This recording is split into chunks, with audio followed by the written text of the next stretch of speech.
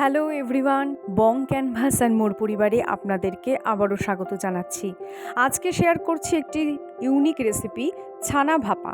ছানা ভাপা বানানোর জন্য প্রথমেই আমি মিক্সিং জারে 4 চামচ পোস্ত, 2 চামচ সর্ষে এবং 2 চামচের মতো চারমগজ নিয়ে একটি ড্রাই পাউডার বানিয়ে নিচ্ছি।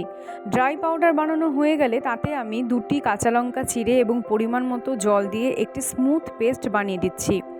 ছানা ভাপা কিন্তু সম্পূর্ণ একটি নিরামিষ রান্না, তাই বন্ধুরা আপনারা চাইলেই নিরামিষ দিনে এই রান্নাটি অবশ্যই করতে পারেন। খুব কম সময়ে এবং বাড়িতে থাকা উপকরণ দিয়ে রান্নাটি কিন্তু খুব তাড়াতাড়ি হয়ে যায়।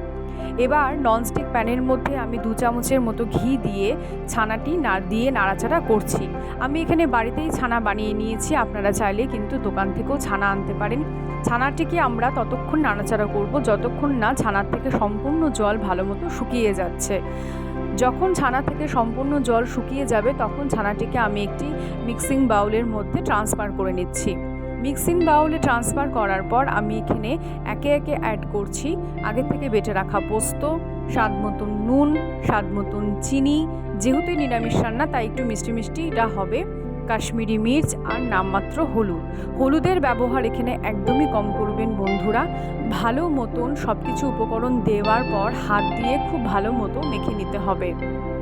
আপনি খুব ভালো মতন হাত দিয়ে মাখবেন, মাখা যত ভালো হবে স্বাদও তার দ্বিগুণ হবে। এবার আমি একটি অ্যালুমিনিয়ামের পাত্রের মধ্যে একটুখানি সর্ষের তেল দিয়ে ভালো মতো মাখিয়ে নিয়ে ছানার ওই মিশ্রণটিকে এখানে সুন্দর করে সাজিয়ে উপর থেকে চেরা কাঁচা লঙ্কা ও ঘি দিয়ে নিচ্ছি। এর আগে কিন্তু কড়াইতে আমি পরিমাণ মতো জল এবং স্ট্যান্ড দিয়ে কড়াইটিকে আমি অলরেডি প্রিহিটে বসিয়ে দিয়েছিলাম। দেখুন জল থেকে অলরেডি ধোঁয়া বেরোচ্ছে। প্রিহিটে বসিয়ে দেওয়ার পর অ্যালুমিনিয়ামের পাত্রটি রেখে পরিমাণ মতো ঢাকনা দিয়ে এবং গ্যাস একদম সিম করে 30 to 35 মিনিটসের মতো রেখে দিন।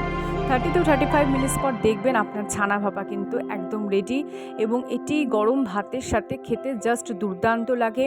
রেসিপিটি কেমন হয়েছে জানাতে কিন্তু একদম ভুলবেন না। বাই।